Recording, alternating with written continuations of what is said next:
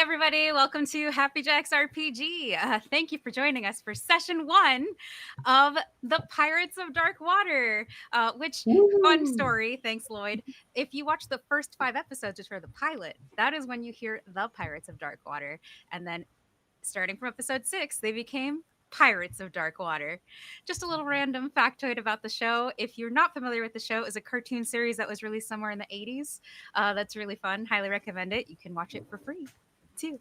Anyway, my name is Vixie Bell, and I'm your friendly neighborhood GM here at the Happy Jacks Network for today's game. It is the Pirates of Dark Water is a Cypher system actual play because while a TTRPG does exist, that TTRPG doesn't have a system. So we decided to play it in Cypher. We love being adjective nouns who verb. Here, to catch up on past episodes, visit happyjacks.org/Pirates of Dark Water. That link is on the screen as well, just in case you are more of a visual person than an oral person. That sounds wrong out of context, but we're gonna No, that's right. No, that's right. Okay, just checking. And to find all of the other shows on the Happy Jacks Network, visit happyjacks.org. I've already told you about me. My name is Vixie Bell. You can find me over at the Pocket Dragon Pub, where I play and run games. And today I'm here at the Happy Jacks Network, excited to run this game with this wonderful group of storytellers, because tabletop role-playing games are collaborative storytelling games, so I can't tell this story alone. Let me throw it over to our wonderful players to introduce themselves, starting with the person who has the most main character energy here, from Tech Issues and Beyond, Lloyd. Tell us about yourself.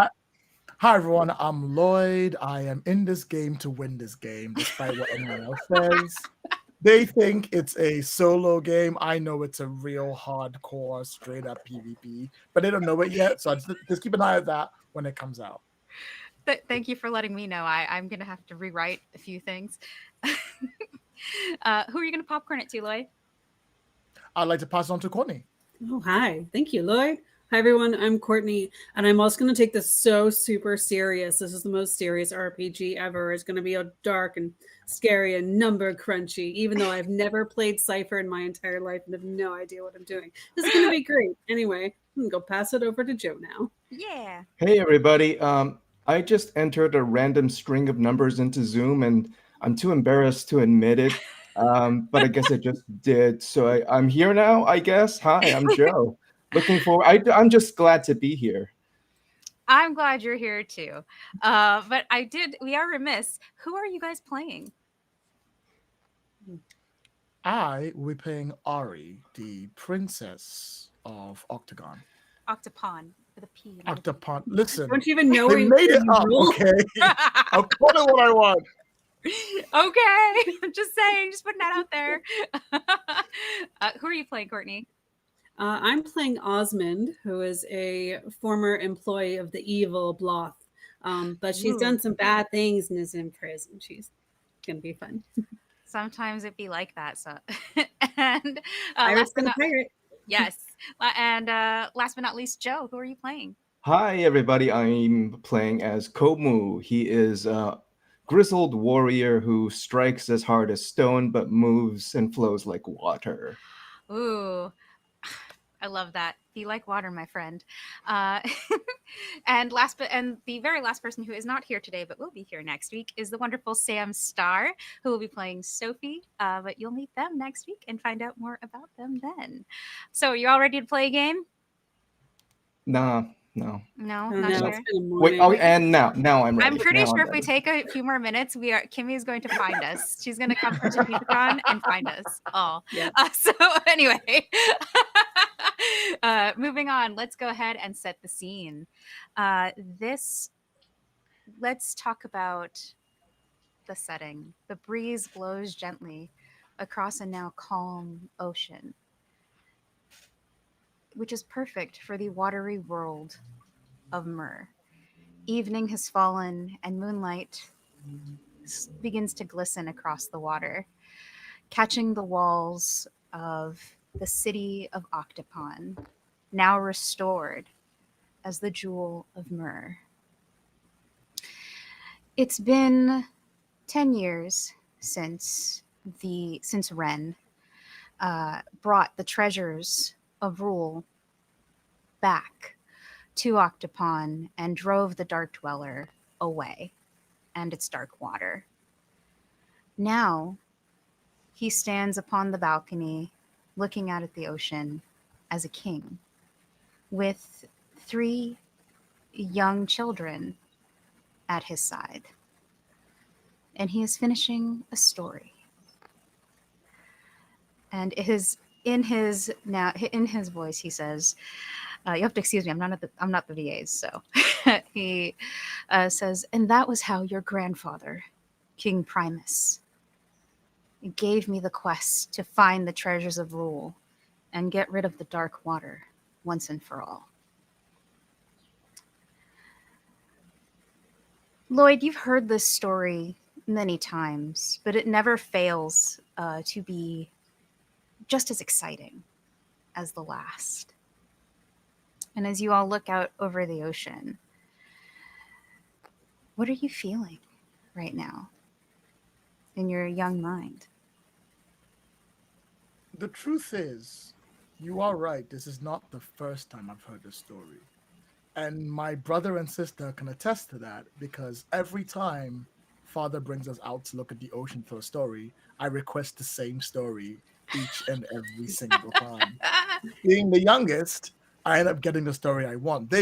My older brother wishes to speak about great conquest. My sister wants to find out more about the information about the neighborhoods or diplomatic reasons. I am more concerned about this same story. So as the story finishes, me in my young form, with my feet kicking from the chair that I'm barely able to sit on, I get up and I start clapping. Ren can't help but smile at you and reaches out to ruffle your hair and says, I reach my hand out to be picked up. immediately uppies.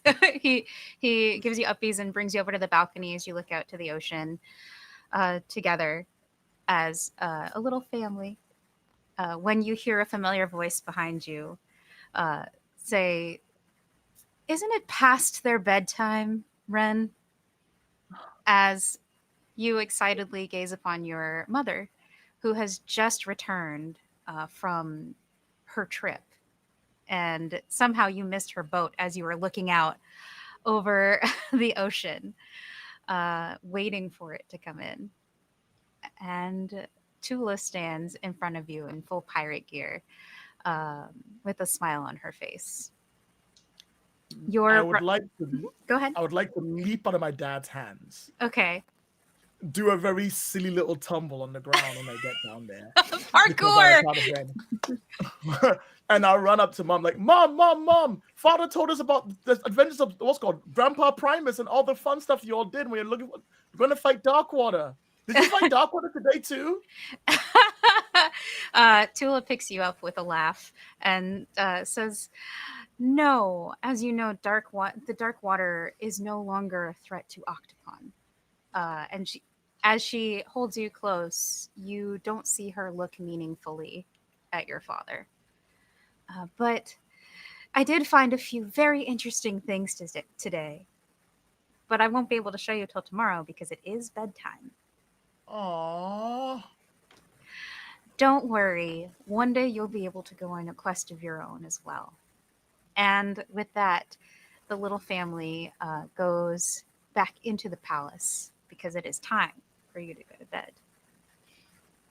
May I have one last word before we go? Sure. You know what? Someday, Mom, Father, Mother, I'm going to be better than all of you. I'm going to be the greatest hero ever seen. I'm going to go on big adventures. I'm going to save all the people, and I'm going to be the coolest queen of all time. If my what was it? And I think that it is met with laughter. Because you are the youngest and you are full of spirit, and not as maybe not as serious as your older siblings are. And our scene closes on that and reopens 10 years later as we hear the gulls crying out again in the city of Octopon. And this time we are in the palace again. An older Ren stands at the head of a table with your 2 older siblings. However, you are nowhere to be seen. What are you doing right now? And can you describe your character for us? So the very first shot of Ari is not of Ari themselves, it is of where they are hiding. In the kitchens, there is a meal being prepared for tonight's feast. That's apparently been planned to be happening. I'm making up as we go along. GM, That let is me know if I'm fine. I will All right. yes hand you For till the cows tonight's come. big It's fine. feast for the family. Apparently, some big thing happened or something's happening and I don't know what it was. And there is this huge new piece of like fish, like this gigantic, cool looking, delicious fish that I love a lot, but I'm not allowed to eat because it's slightly more richer. It's meant for like a big meal. Everyone, all the like nobles get it as a big meal thing, and I want some. So it cuts to the kitchen. They're preparing it. Everything's fine, and at the very top on the roof, there's this like rafter, and it cuts to Ari, who is now 10 years older.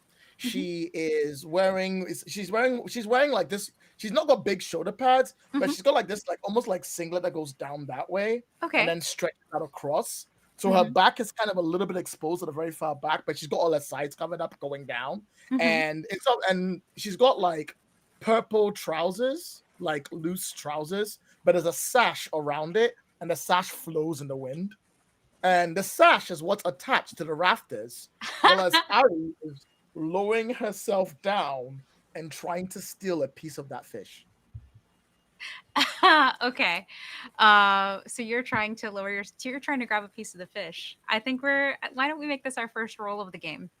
Woo! So you're trying to basically parkour your way to this fish. I'm going to set this task at a level 3. So you need to roll a 9 or better on a d20. All right. Now we got to figure out how this stuff works. Yes. So the way Cypher works. I'm assuming this is speed, right? You can roll speed if you would like. And do you have an edge to your speed? I do have 1 edge on speed. Okay, so that I believe an edge allows you to ease it by a level, so you can ease that down from a 3 to a 2. So you'll only have to roll a 6 or better. Fantastic. For those who have never played Cypher before, really quick, each task has a set difficulty. It's usually times 3 of the level that I set.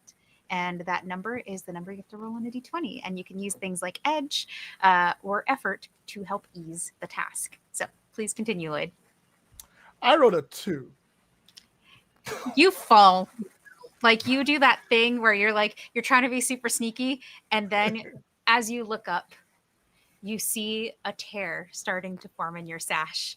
And you have that moment of, oh no, no, no, as the sash tears and you land in the kitchen with a thunk.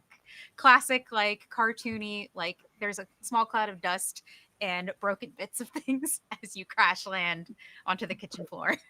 The cook turns around and says, "What the? Ari, or princess?" I'm okay. I think. The cook, who is a jolly larger woman, rushes over to you to help you up and says, Your Highness, you really can't be coming into the kitchen like this. If you want something, you can just ask. Someone will bring something to you. Yeah, but you won't bring me what I want, so I just thought I'd just take it. You know, like a pirate. She sighs. There are no pirates in Octopon anymore. If there are, they know better than to get in front of the king. Yes, ma'am. Well, she says, your epic quest for food will have to wait. What is it that you wanted, Your Highness? I look at it, I'm like, I'm kind of over it now, to be honest. Who's all the meals for? Oh, we're preparing a feast for tonight. It's King Ren was eager to have one last meal with your siblings before they departed. Departed to where? She blinks as if you should have known this. Well, your father is sending them on a quest. I am surprised you're not with them now. Wait, that's today? Yes. I gotta go. Oh, and I I duck under the table, I scramble, I stop, I run back, I pick up the broken parts of my sash, I like try and tie them together as I like leapfrog and start rushing towards the throne room. The cook, there's a last shot of the cook giving like the longest sigh on earth and just going, that girl, and goes back to like cooking for the feast tonight. And you rush up the stairs towards the throne room. And that's when it sort of, that's, do you barge in? Do you like walk slowly up? Are you trying to be sneaky about how you approach the throne room? I will rush in and then realize I'm making a scene and then slow down and pretend to be regal.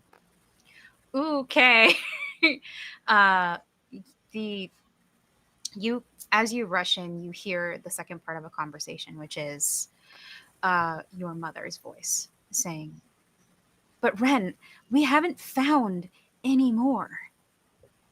We've been looking for years, and the other 5 treasures seem to just have disappeared." And as you walk in, you divert attention from that, and everyone looks up at you. Your eldest sibling gives you a look of disdain, like, I knew this would happen. And your middle sibling has their arms folded over their chest, like classic Ari. And your father looks very stern and says, "Ari, you were supposed to be here 30 minutes ago." I'm sorry, Father. There was pirates in the kitchen. Pirates Pirates in the kitchen. in the kitchen. Yes, they really wanted the food. Big deal. Huge. I mean, if it wasn't for me, I don't know what they would do. I'm so glad in fact, I should get a commendation for this. For my hard work in stopping the pirates in the kitchen that were definitely there. You just see your mother like put a hand in front of her face because she's trying to hide her laughter in front of your dad. And King Ren gives you the sternest look and says, "Ari, if this is how you're going to behave when we have a matter of great importance to discuss, I don't think you're ready for this quest." Wait, what? You should stay here. No. Hold, We'll send your brother and sister instead. Okay, I understand, Father. I understand the whole thing about. I was joking about the pirates thing, but aren't you being a little bit too hasty now? This is supposed to be a family thing. We're all supposed to be given the same quest, right? Did I miss? Yes. Did I miss the big speech? He takes a deep breath, and Tula's like, "Ari's been wanting to go on a quest since she was very little. You can't deny her this." And Ren sort of folds his arms over his chest, looking very much like your middle sibling, who is the person. They're the one that looks the most like them. You happen to look more like your mother. And he says, "Ari, I'm worried. You're reckless, and you could get yourself in trouble. The dangers we're going to talk about are worse than you know." There's a moment where Ari's about to protest and make a big scene, but then she looks at her father's disappointed eyes and then looks at their 2 siblings who are judging you. Like they don't pity you at all. They just think they're better than you because they're assholes. And then she sort of pauses and looks at her mom and then just goes quiet and then just stands in line. Like she wants to protest, but she doesn't want to make a scene in front of her father, in front of like everyone else. Yeah. He lets out a sigh and says, "You're welcome to stay, but I don't think that you should go. It might be better for you to support your siblings from here. Besides, if something happens to them, we'll need one of you here at the palace. You're all heirs of Octopon, and only an heir of Octopon can collect the treasures anyway." And he looks at your mother, who rolls out a map of the world of Myr before you. And if you're not familiar with the world of Myr, it is a watery world that is dotted with islands and cityscapes. Some islands don't exist. There are sea monsters and so on and so forth. Um, and Ren pulls from around his neck a compass that he sets on top of the map. And he says, "There's something that you all should know. We've been doing our best to manage things, but the story you've been told about the treasures of rule, I think you're all old enough now to know the truth. When we arrived here at Octopon, the treasures were incomplete. We only had 8 of the 13.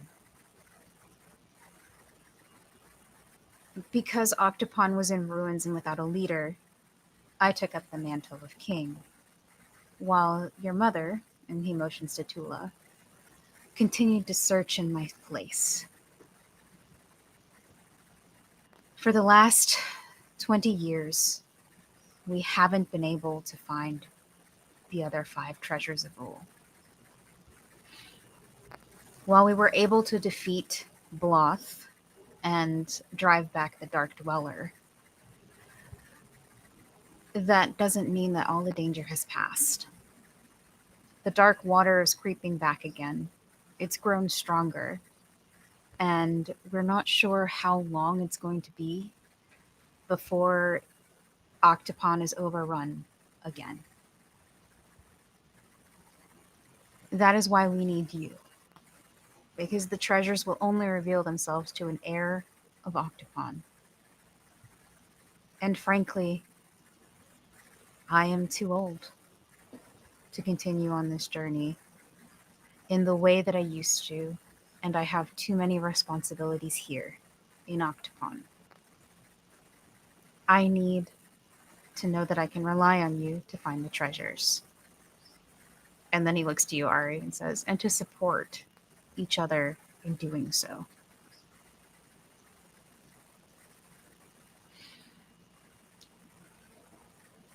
And he like pushes the map towards the 3 of you.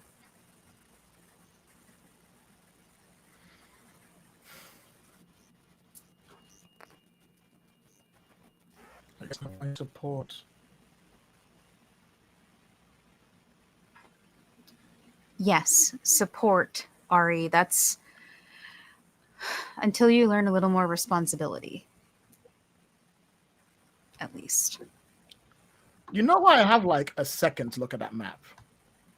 Oh, yes. Right. You definitely have time to look at that map and the compass. Cool. I would like to memorize that map. Okay. The difficulty level of this task, I'm going to set this at what's your intellect? Because this will My be an intellect is 18. 18. Okay. So I definitely think that I'm going to set this at like a level 5. So times 3 is a All right. 15. Do you have any skills that would help you ease that task? Yes, I have curious, which will allow me to what's called if it's anywhere I've rarely visited or anything like that, I get an additional free level of effort. Mm-hmm. I have an edge of 1. Okay. So the edge, the edge will, I believe your effort acts as a discount. Your edge gives you, I think, eases it, if I recall correctly. Mhm. If not, somebody's going to call me out anyway, because I'll have my stuff backwards. It'll be fine. I'll go back and read and be like, whoops. But yeah, either way, I'll allow you to ease the task by 1. So instead of a 5, it'll be a 4, which means you have to roll a 12 or better. You also have curious, and what does curious do? Whenever I use effort to attempt navigation, perception, or initiative tasks in an area I've only rarely or never visited before, I can apply an additional free level of effort. Okay. And I'm going to rule that I've never been to any of these places before, and I'm trying to pinpoint where my best bet for where it would be to look for this to be, to try and memorize the map. Right. I think I'm gonna give you something special here. Oh, I like that. Because we have talked about your characters. I know your character intimately. And there is something about the compass that seems to call to you. Ooh. In which case, I would also like to use my geography because I'm trained to drop it down by another one. Okay, Ooh. so that'll drop it to a 3, which means you have to roll a 9 or better. All right. Pray to me. I'm gonna spend. How much can I spend to lower it? Hold on a second. Let me see here. Now you're forcing me to break out my mini rules, which is fine. I believe. Oh my god, can't spell Cypher. Also, if you are interested in learning the Cypher system, I believe the backer kit was just released for the Cypher primer. So yeah, let's see. Okay. That's what I'm looking for. Is it like 3 to lower it down by 1 or something? It is, yes, to lower it by 1, I believe. All right, I'll do that because I think I've hit my max on effort. Okay, So maximum effort. Oh, also, if you're trained or specialized, that will allow you to ease as well. And an effort is the one that allows you to ease by a step. So gotcha. It doesn't matter. I wrote a 15. Great, you're good. So you have that map memorized. All right. And I'm looking at that compass like, oh, weird. Yeah. Oh my god. What? Like, what a weird compass thing. Yeah. And and after you've had a chance to look at this map, on it, between the little weird twinge that you got on the compass and looking at the map, there is something that you almost feel in your bones. That one of the treasures is closer than you think. Which makes you kind of gaze at the islands closest to Octopon. And your eyes fall upon the beautiful black calligraphied script that reads, John to Town.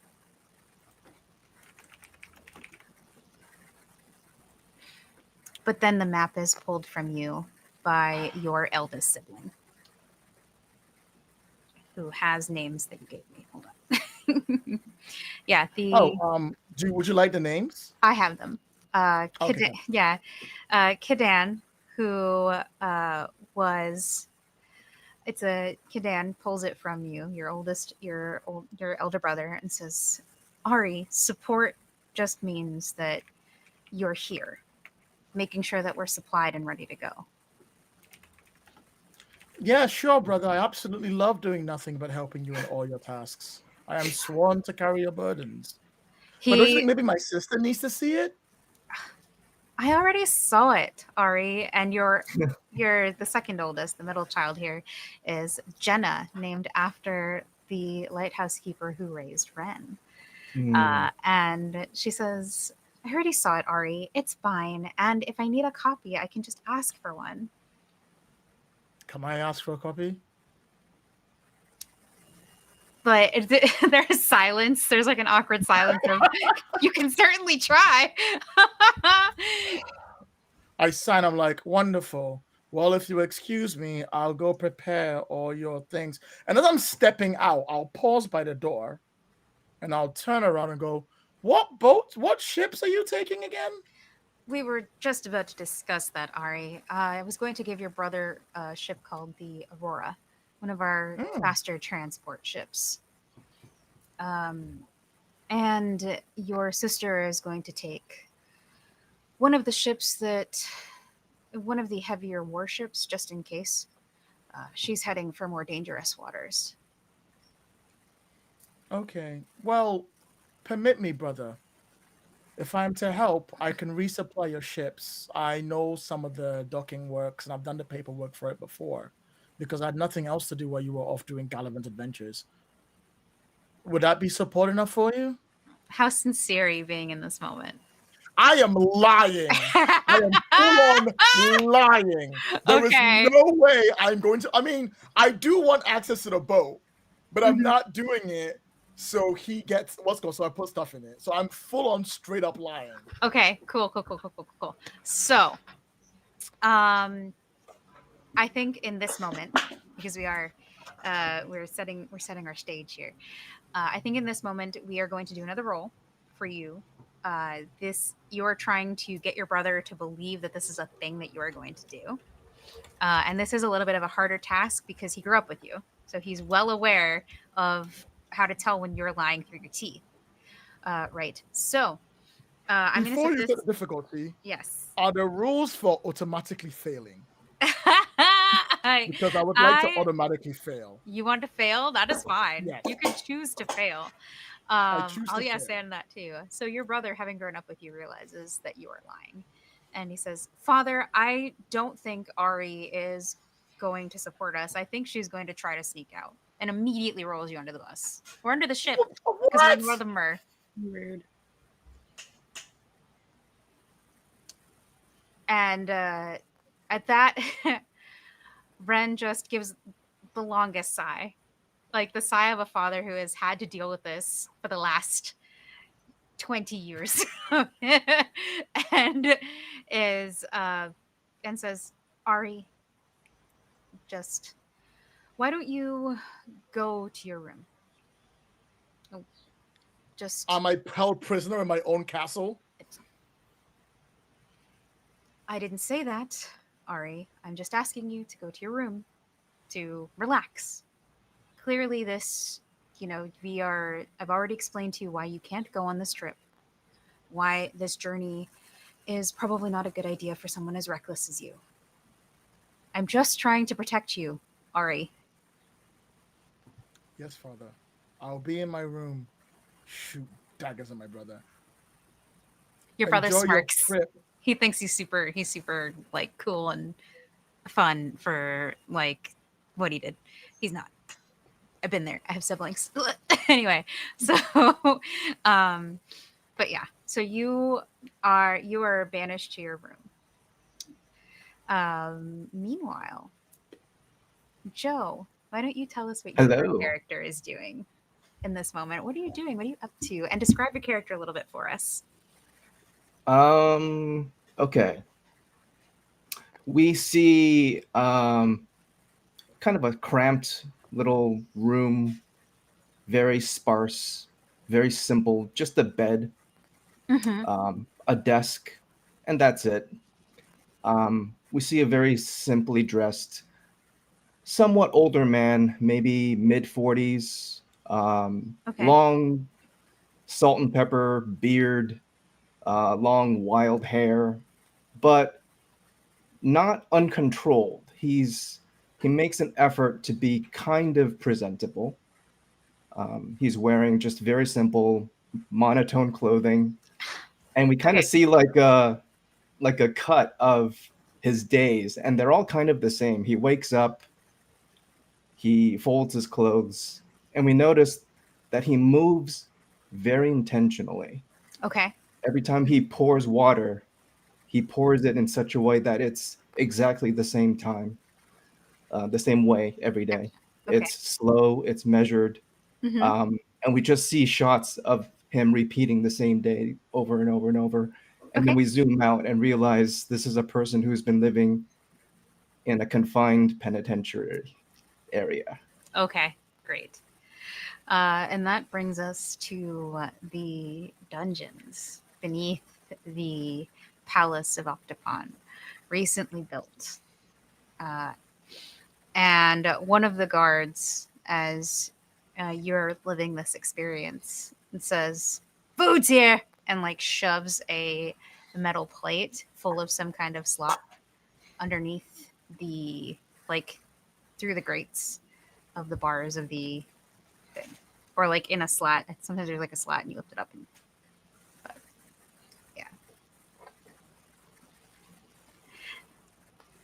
And he's like, "Another day, another prisoner," and continues on his way. And you can hear this guard like sliding more trays of food.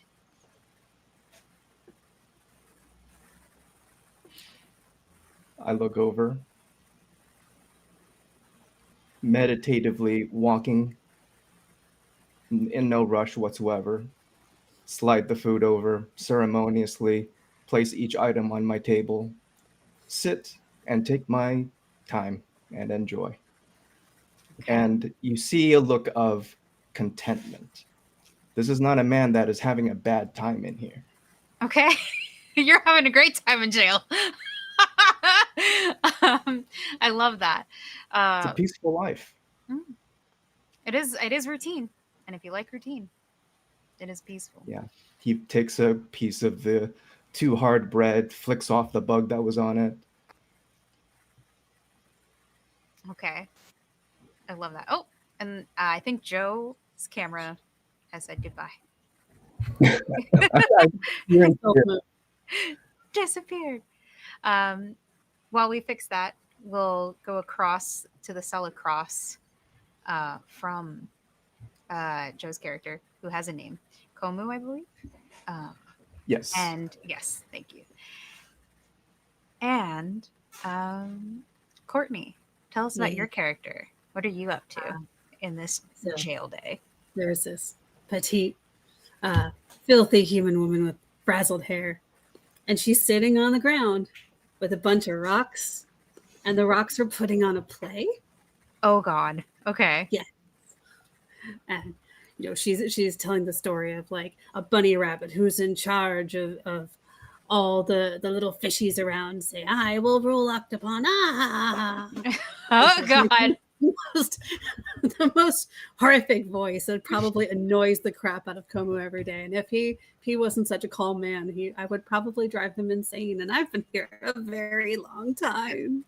So your play with your, oh my God, I'm just thinking of Wash from Firefly. And your play is disrupted as you hear "food's here," and like the metal tray is slid under the slat, and it pushes your action figures. It pushes your little rocks forward, and like jostles them out of position. A tidal wave destroys everything. Oh, it's shift special, and she just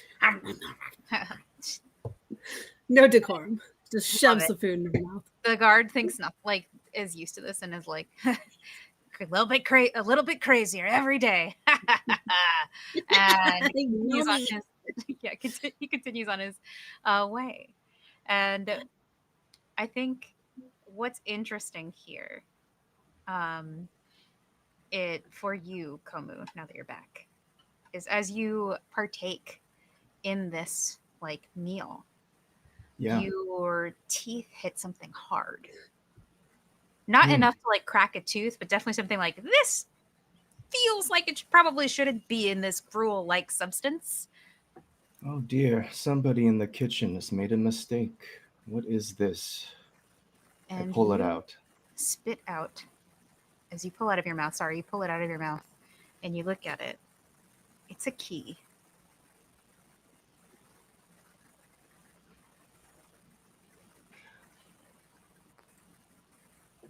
I take a look around and see if there are any guards or any people close by that can see that I've got a key in my hand.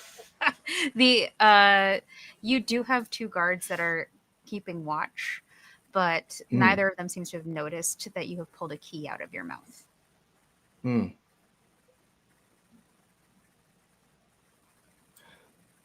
Well, this is interesting. I put it into a fold of my robe, and I carefully pick up my tray and slide it back through the slit of my cell, and I'm waiting for somebody to come by and pick up the tray. Okay. So we are going to cut from you back to you, Ari. You're sitting in your room contemplating. What would you like to do here? I mean, your room is gorgeous. It is decorated to your taste. Everything is lush and plush. Very much lives up to the name that Octopon has as the Jewel of Myrrh. But yeah, you are sitting amidst all this wealth, looking very frustrated and aggravated with your own life. I'm doodling quite like on a pad, just like with some ink, but I'm doing it really fiercely and really angrily, and I'm looking out the window where I can see the boats on the ocean. I'm feeling really annoyed that I've been confined to my room and I can't go on this adventure and no one believes in me and I should be the one that stops Darkwater. But it's fine. It's fine. We'll send my brothers. I'm over it. Not a big deal. Not a big deal. There is a knock And on your door. I'm trying not to cry, but I'm crying a little. Oh, there is a knock on your door. Enter. Your mother walks in and shuts the door behind her and says, Ari? Before we continue, pause right there. I was watching the stream and I think it just ended. Did it? Oh, jeez. Did it die? Double check. Give me a second, because I have no way to monitor the stream from here. Let me see. Did it think we got hacked? No, just that the stream just stopped. I was like, hang on a second. What? We can always reload. It still says that we are streaming. Oh, fair dues then. That's probably just me. Probably my connection. No, Carry we're still on. live. We're still live. Don't All scare me like that. I I'm like, apologize. we've had enough tech issues today. It's fine. We're fine. We're doing great. Carry All right. So your mother walks in and closes the door softly behind her and says, Ari, are you all right? Yes, mother. I'm fine. You don't look all right. She walks over to Okay, you. mom. Yeah, you're right. I'm not fine. I want to go on. This was it. This was my big moment. This is how I'm going to prove to everyone that everything I've done and studied was important. All my notes, all my ideas, all my possibilities for where we could go to find the jewels. It's nothing now. She sits down next to you and places a hand on your back and says, you know your father. He values morality and responsibility above all else. If he doesn't feel like he can trust you, then he's not going to send you. And it's going to be worse if he thinks you're going to put yourself in danger. But mother, I did exactly the same thing he did. He didn't start off growing up as a prince. He grew up in a lighthouse. He didn't have any ideas how things work. He made up as it goes along. How's what he did any different to what I'm doing? Maybe that's why he wants you to take more guided steps. Be a little bit more cautious. Do any steps I need to take are the ones that help stop Darkwater and nothing else? I understand, Ari. Look, your father is just trying to protect you. He loves you just as much as he loves the other two. She she reaches around behind herself and pulls something out and holds it in her hand and says, I believe in you too. And I also was like you when I was young. I was stuck in a tavern and all I wanted to do was go on an adventure. And she opens her hand and offers you the compass. I reach up and I grab it and I pull into my hands and I'm like, but won't Jenna and Kadan notice that's missing? Ren never told them what the compass does. You were the only one who seemed to think it was special. Why do you think your father did that?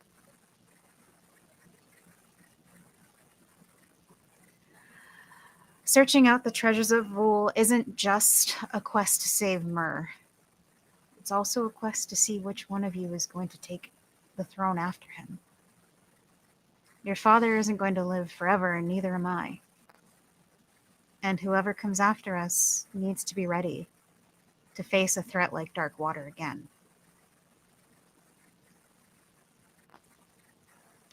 There's a moment where she looks down at the compass, feeling the weight of what it means in her hand that her mom has given to her.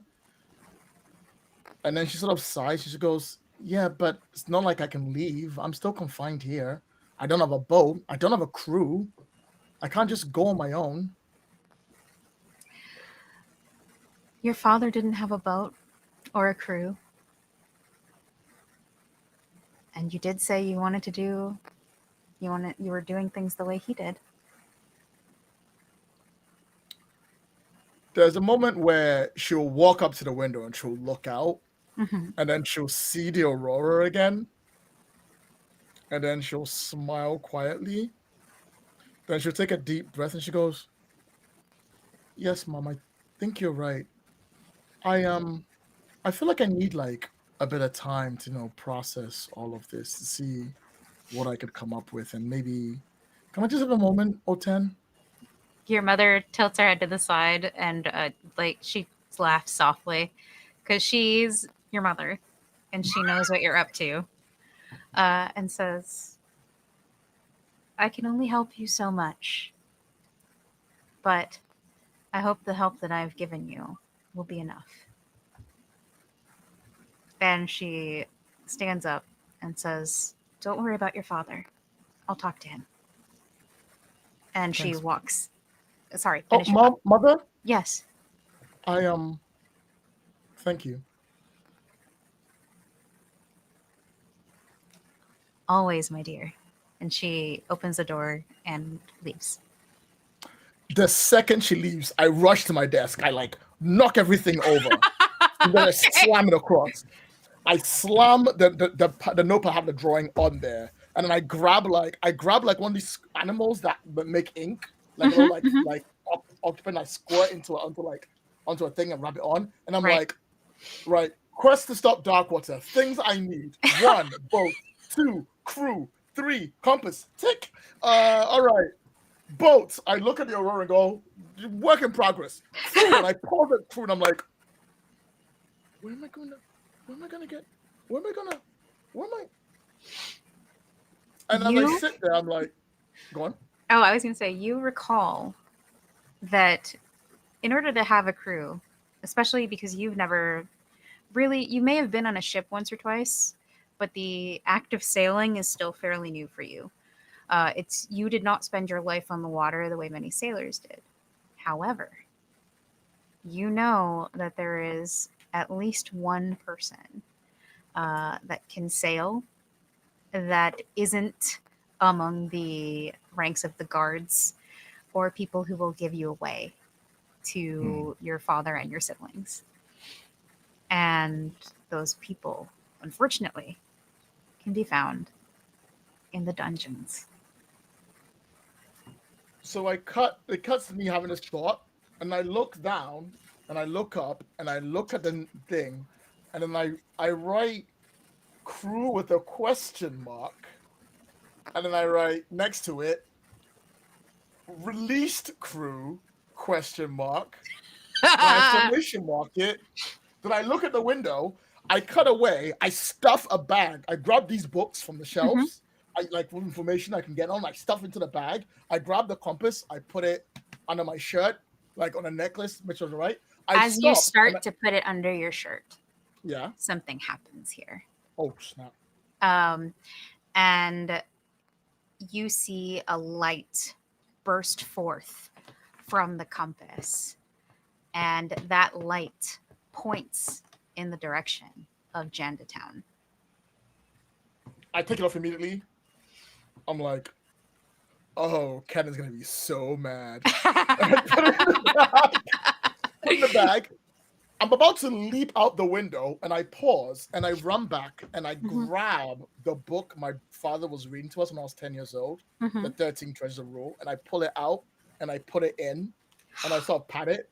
Yes. And then the next scene cuts to the outside window, me throwing like tied up bed sheets along it, and then grabbing it and sliding down as I'm heading towards the prisons. I think this is a classic like 90s cartoon moment where everyone's like, but they can see you, but everyone's conveniently got their backs turned toward you. So you can see like the frame of the guards talking to each other as they're keeping watch, and you kind of like sneaking behind them. I'm not even going to make you roll about it because the shot was just too good to not imagine. So yeah. So you're able to slide down out of your room, and you are making your way to the dungeons, the docks. Where are we going? The dungeons. Okay. I need a crew. You find your way to the dungeons, and the guard there receives you and says, Your Highness, you don't normally come here. What's going on? Of course not. I wouldn't bother you if it wasn't important, and this is very important. Oh, of course, Your Highness. What's your business? As you know, we, the prince and princesses of Mer, are on a great and epic quest to go find and destroy Darkwater by finding the last missing treasures of Rue. I have come here to find the finest sailors that I shall be needing to go on this wonderful quest with me. And if you could please point me to some of the best ones you have, I'd really appreciate it. Okay, I'm gonna make you roll about this because why? Listen, go big or go home, okay? Right, exactly. Go big or go home. I'm not arguing. I'm just like, this is the guard's gonna look at you sideways, bombastic side eye. Okay. But like, so I think I'm gonna set this at like a level 3. It's not that hard. So you're gonna roll a 9 or better unless you have something persuasive. And I'm gonna make So, very important for you to know. Yes. I'm really bad at lying. I am in inability when it comes to Inability. charm, That means- persuasion, or deception. So charm, persuasion, deception, that means you're hindered. That makes it harder. So now instead of a level 3, it's a level 4. You have to roll a 12 or better. Easy. Can I spend for my intellect to Yes. lower this? You can, if you would like. And that'll be 3 to drop it by 1, right? Yes. So it'll drop it back to a 9. No problem. I'll drop it down to 3. Easy. Just gotta roll 12. It's fine. You're fine. Easy. 15. Okay. So the I'm not even guard trying. the guard does give you bombastic side eye, and he says, Your Highness, you can easily find sailors from amongst the naval ranks. Sir, Why listen are to you me. This is not about an adventure where normal sailors dare to tread. I need some of the people who have been to waters no one has traveled to before, to places no one has seen. I need actual, full-on, possibly previous pirates who have sailed from the darkest and craziest people alive, who are going to work with me with a pardon that I am going to offer them if they take me along. He takes a deep If breath, like he sailors knows could have there's a got this problem here, done- but he's not going to argue with you too much more because you are the princess. Like he Yeah, doesn't right. want you outrank him, and he just kind of I say, if sailors could have done this problem, it would have been fixed long ago. I need the true scavengers of the earth to find this out. You cannot hold me back. Does the king know about this? Would I be here if he didn't? He takes a deep breath and writes something down and says, "Well, of course, your Highness. Go ahead and proceed." He still seems very uneasy. Like he does not like this, but all right, you know. And you stride into the dungeons, and immediately hear the curse your sudden but inevitable betrayal of Courtney. If you'd like to take it from there. Yeah. So Geo, you gotta behave. You know Rocky doesn't like it when you poke him like that. I'm sorry, Mr. God. Who's that one? Oh, that one is a bit unstable. Oh, They okay. used to be, and his voice gets real low. They were a member of the Wraith's crew. And you know the Wraith to be the ship that belonged to Bloth. You mean Maelstrom. The Maelstrom. Sorry, the Wraith is the ship that they were on. The Maelstrom. Thank you for the correction. So yes, the Maelstrom. That was the Maelstrom's crew. The Wraith belonged to Jote, and that's a whole other problem. So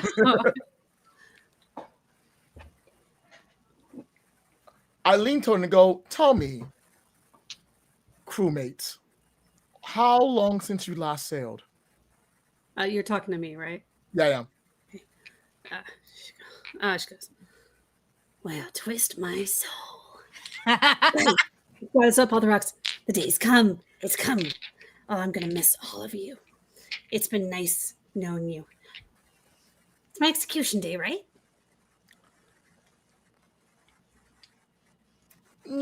Essence.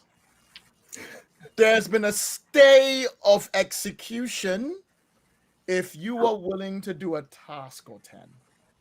For you, princess. Are you still good at boats? Good at a lot of things. I mean, I'm okay with boats.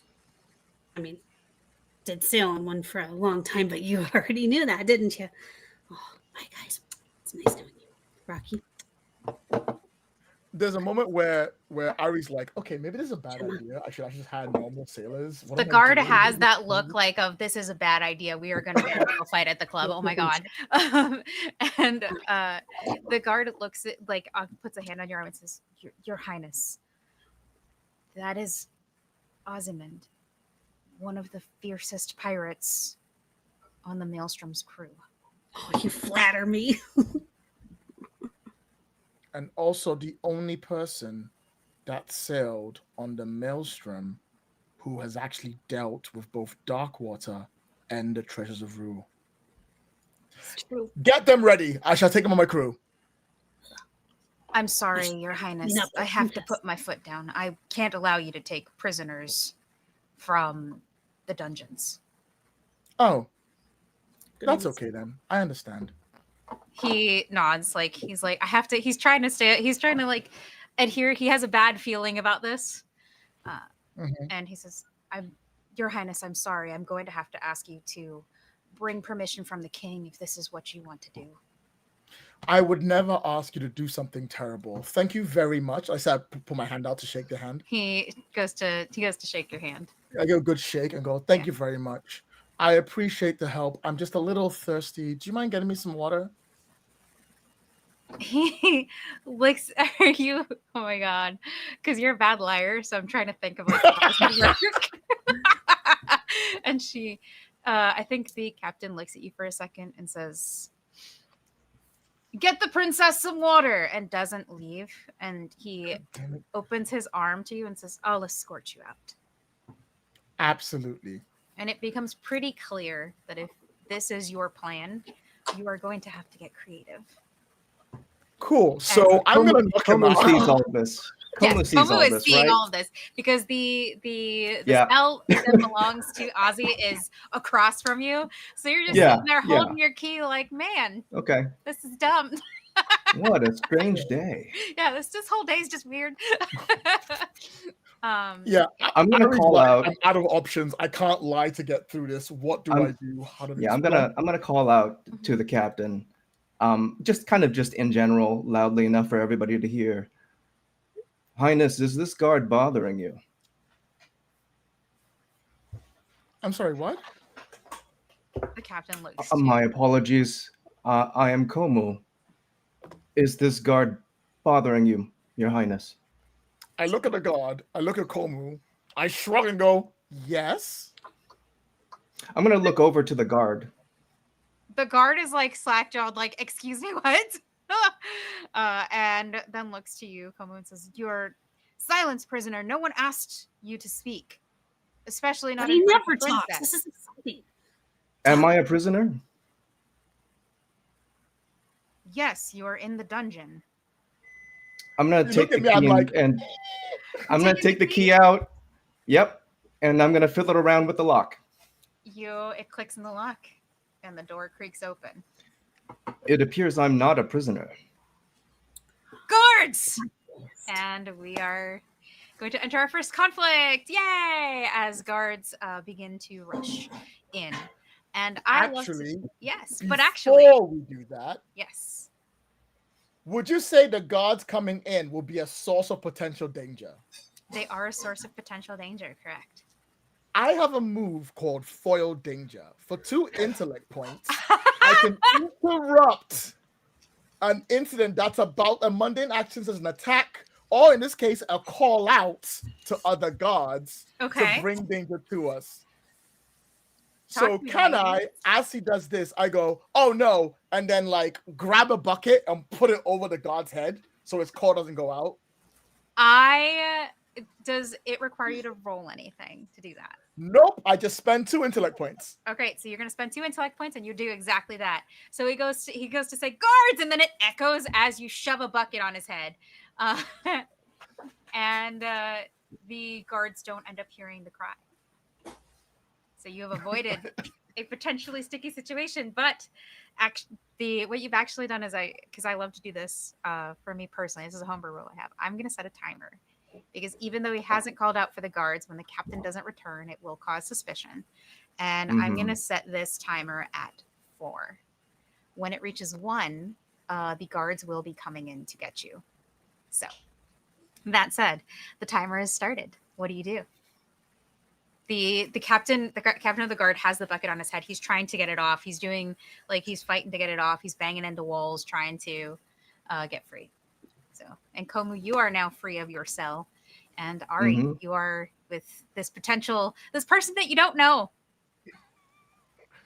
That you're just like, I'm familiar with tales of your family, Your Highness. Yeah, if that's there's great. any Wonderful. trouble. 1 second. I grab the key from the guard, and I'm like trying to figure out which one is to open the cell for what's called urgent at the moment. I'm like, yes, nice to meet you. Sorry, what's your name again? You may call me Komu. Cool, Como, great. You want to join my crew? What is it? May I ask why you are in need of a crew? You are a member of the royal house. Long story short, I'm sailing to go find the 5 treasures of Mirror and stop Darkwater forever. In order to do so my father believes in me. And when he believes in me, I may become queen if I want to. As you know, my father and mother's approval. There's a whole thing about internal thing about like 10 years of not really having it, but always I'm like, oh, this is supposed to be above me, but below me. But don't worry about that for now. I just need a crew immediately. And I am going to make you roll for this key task, by the way. I'm enjoying this. Yeah, and the key's in my hand the whole time. I'm just holding it. That's the best part, is that you're holding another key that clearly turns the lock, but you're just like, so feel free to play that as you like. But if you keep doing what you're doing, we are going to roll about this. I'm going to milk this for just a minute more. I'm going to ask, it may be my long years in isolation that has addled my mind, Your Highness, but did you just say that you're looking for the treasures of Rue? Yes, absolutely. But they've been recovered. We've been saved from the Darkwater threat. No, I need to update you. Not all of them. We've got 5 left. Octopon's fine. Everyone's kind of screwed. We're meant to go out there finding out. There's the 3 siblings of men to get it done. But unfortunately, they only sending 2, not me. So I'm stealing a ship and stealing a crew to get it done. Sounds like fun. How many years have the treasures not... Komu's having a very sudden and rude realization about what he's been believing the past several decades. Oh, about 20, I think. Older than me. And in this time, the Darkwater has remained a threat. Well, not for anyone in Octagon, but you know, we saw what we can. What the hell is it? Do you require this person in this cell for your quest? They serve the crew that possibly were the only people who actually dealt with both Darkwater, the Dark Dweller, and also the 13 Treasures of Rule, so I really need to limit my crew. I'm going to look over to the person in the cell. Do you have experience dealing with such matters? Of course. I sail with Blot. I thought it was common knowledge. And everybody here knows who Bloth is. So you all know that this was like one of the most dreaded pirates of Myr for quite some time until Ren defeated him 20 years ago. Yeah. I'm going to look over and just support the Princess Ari. Try easing your wrist as you insert the pin. There's too much tension in the forearm. It's a key! I don't need as you swing the keys around, they jingle like angrily because there's a bunch of them on the key ring. I'm gonna point with the key to your wrist. No, here I can see the tendon. It is too tense. Ease and twists along sunwise as it is setting. I am never gonna make it out of here, am I? I haven't talked this much. Normally he's just so quiet. May I demonstrate? I'm going to now use the key that I have in my hand, and I'm just saying, we carry so much stress in our bodies that is often manifest in our movements. Less blab and more key turning. I turn the key. As you turn the key, the lock clicks and the door creaks open. And the timer has now reached 3. So I wish you luck on your journey. The world is in danger if Whoa, dark water is still a threat. whoa. First up, hi, Ozymandias. Nice to meet you. You're on the crew. Feel great. Hey, come if you're not doing anything, want to come with us? To where? To Adventure. To sail the seas, find the last 5 treasures of rule, and stop Darkwater forever.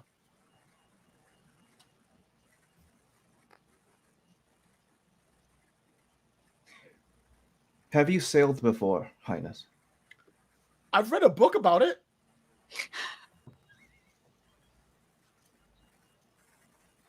Kuma looks back at his cell.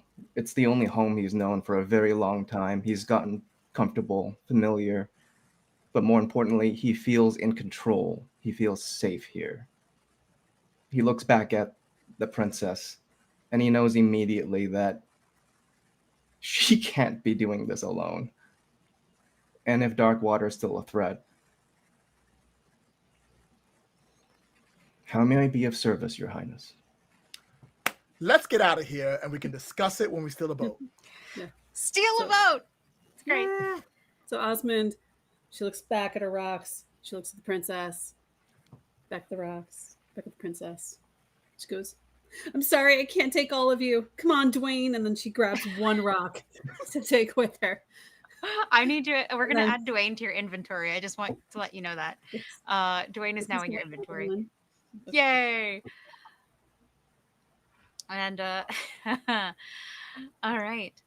So you grab Dwayne, and Ari, you realize something about both of these prisoners. They don't have any equipment with them. Oh, yeah. It's kind of a thing that happens when you go to jail. So, meanwhile, Well, the captain is in the background still struggling with the helmet. With the new water bucket helmet that you've given him, and is still crashing into walls. So you hear the sound of plunk, plunk, plunk as this man is trying to get the bucket that is stuck on his head off. But yes. Yeah, I know they're not armed, but I have no time. I don't want to start hurting guards, so we're going to make a break for it. Okay. So you guys are going to try to make a break for it. I am going to have everyone roll for this task. Again, we're at a 3, so the guards haven't quite noticed that the captain hasn't returned for like an unseemly amount of time. It seems normal, especially because when he entered with you, the princess. So there's some credibility in that. So I am going to, it's not a super high task. I'm going to set this at a 4. So everyone needs to roll a 12 or better, unless you have something you'd like to apply. I would like to apply for everyone, know the way. I am familiar with buildings and the structures, and I'm trained in task relating to getting in and outside of those buildings fairly quickly. And if I take the lead, can I argue that gives everyone at least 1 ease? I will allow it, mostly, again, because you know the palace like the back of your hand. Because you've always sought adventure, and part of that meant, since you couldn't leave the palace, you got to know the palace. But yeah, so I will allow it. That will ease the task from a 4 to a 3. So 3 times 3 is 9. You have to roll a 9 or better. All right. I rolled a 9. You meets it, beats it. You're there. Okay. If I'm trained in stealth, does that do anything? Are you trying to be sneaky? I mean, yeah, we're sneaking out of here, right? Okay, so if you're trying to be sneaky, then I will allow it to ease it for you specifically by 1 more. So instead of a 9, you will have to hit a 6 or better. Okay, let's see. What do I get? I hit a 6. Hooray! Exactly. Oh my god! If it meets it, watch me fail this and bring Don't you do all it. down. Don't curse yourself this way, Ari. Okay. Can I supposed to be argue down to 1. for a skill of navigation to lower the difficulty? No. Oh. No, the I way tried. and navigation are redundant to each other. I'm sorry.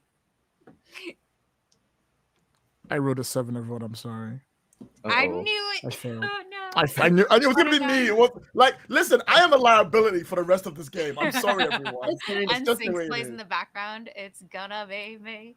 Anyway, so you like I'm gonna say that both Ozzy and Komu, you immediately drop to old training, to the way that to your lives before. You are criminals, you essentially criminals in quotes, according to the crown. And well, you are a criminal, Ozzy. Komu, maybe not as much. But, and you fall into this sort of stealthy, sneaky, we're escaping kind of vibe, and are able to easily get yourselves Yeah. out of there. Ari, Can I add however, one quick piece of flavor for sure, Como? absolutely. Just before we go, I strip some of the old bedding and I begin to wrap my fists. Okay. Is there any flavor that you'd like to add to this, Ozzy?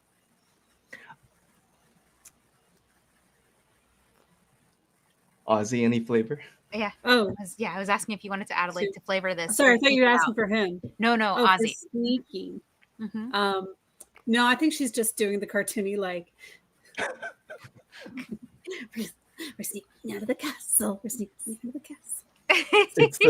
It's the spider wonky piano music tinkling. A very cartoony piano Yeah. music. Yeah, actually, it's No. funny because the chat has pointed out you could have used effort to lower the task, but I don't know how much effort you have left there, Lloyd. I mean, I could have, but it's much funnier that everyone succeeds and I fail. Yeah, that's also true, because that's where we get to you again.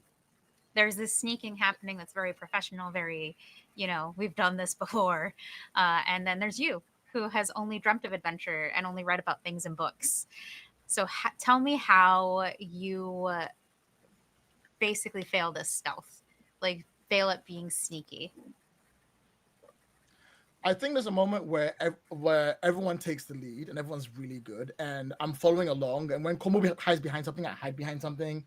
When we go for it, I go forward. And when we're near the end of the door, I'm like, oh, that was easy. And I take the lead and sort of wipe my hand, and I'll bump into someone, just like bam, right there. Like, oh, sorry. Okay, you immediately bump into another guard, and they are like, "Oh, Your Highness, I'm sorry, I didn't see you there." No problem. Don't mind me. Everything's fine. We're just on our way out. Have a good day. See you. Bye. What? Are those prisoners? It's fine. I've got it all clear. The king. Check with the captain. Blah blah blah. Have a good day. And then this is the part where we remember you're the worst liar. And you didn't roll a 1, which would be hilarious.